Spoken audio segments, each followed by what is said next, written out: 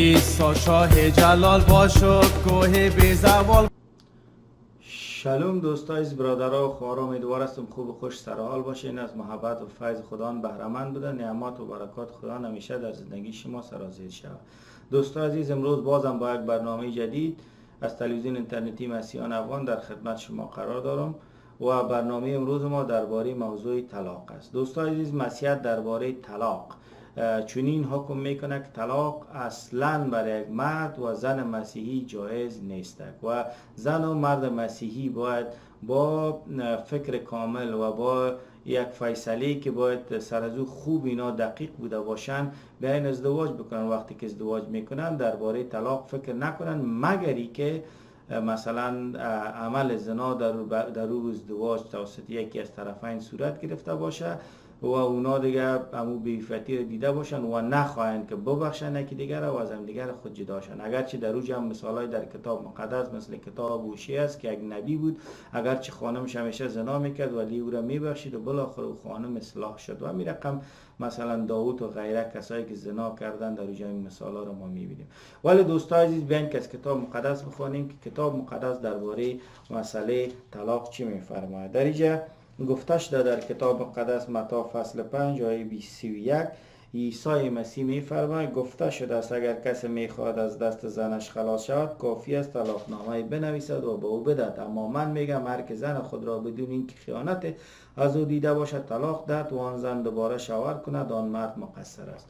دوستان عزیز، در اینجا ما شما میبینیم که در مسیحیت کاملا عمل طلاق را مسیح جایز ندانسته و گفته که نباید کسی زن خود را طلاق بدهد.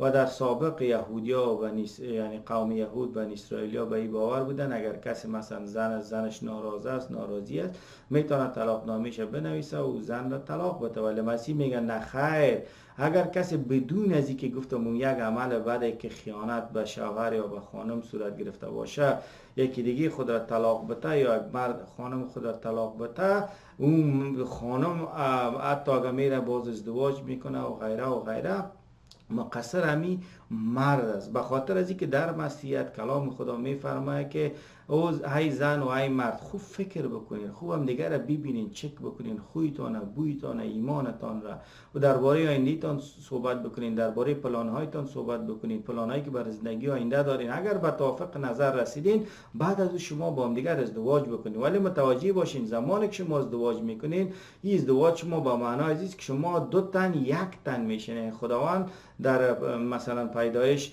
فصل 2 میفرماید که بعد از اینکه زن و مرد با هم دیگه ازدواج میکنن اونا با مثل یک تن میشن و خدا این را با مثل یک تن میبینه. و زن و مردی که در مسیحیت ازدواج میکنن تنها به خاطر از این نیست که مثلا با هم دیگه هم بستر شون اولاد به دنیا برن، بلکه یکی از اهدافشانی است که اینا میخواین که برای یک زندگی پرجلال برای جلال نام خداوند خود داشته باشن، یعنی نام خدا را از طریق ازدواج خود جلال بتن. یعنی مرکزیت زندگی از خود خداوند ما عیسی مسیح می باشه و جلال دادن نام خداوند ما عیسی مسیح می باشه. و یک با هم دیگه هم بستر میشن، طفل به دنیا میرن، زندگی زناشویی می داشته باشن. او هم مسائل فرعی است، مسئله اصلی است که اینا به خاطر خداوند با هم دیگر ازدواج کردن و از طریق این ازدواج خود نام خداوند را با چی میکنن با هم دیگر خود یک جا و مثل یک تن جلال میتن. و در اینجا مسئله را بر مردم بسیار واضح ساخته که ازدواج میکنن بسیار باید متوجه باشن.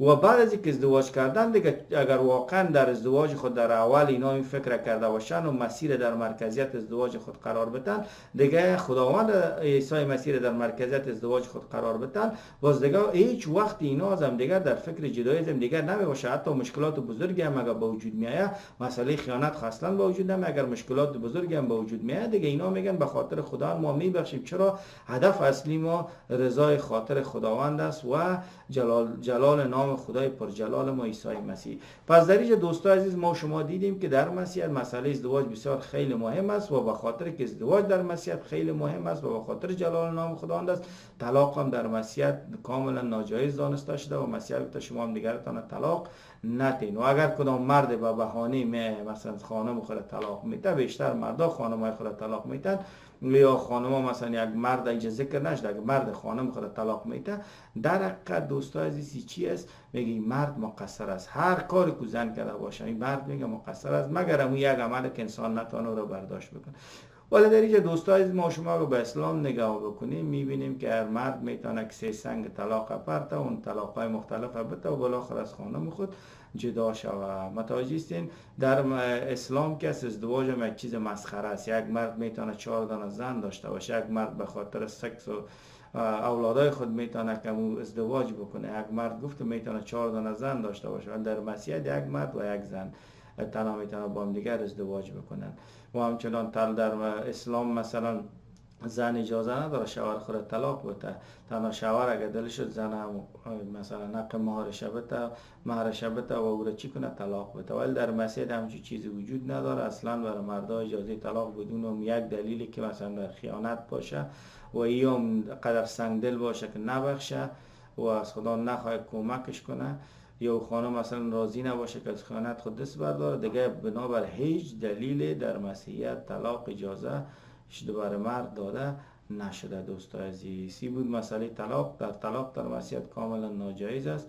و خاطر چی ناجایز است؟ که در مسیحیت ما بسیار با فکر عمیق و تحقیق و جستجو و خوب مطالعه هم دیگر خود ازدواج میکنیم. وقت ازدواج کردیم بر جلال نام خدا زندگی میکنیم و اگر طلاق کنیم ما در حقیقت با خداوند خودم صادق و وفادار نیستیم. تشکر دوستان عزیز، امیدوار هستم که این پیام مورد استفاده شما قرار گرفته باشه، مفید بوده باشه بر شما.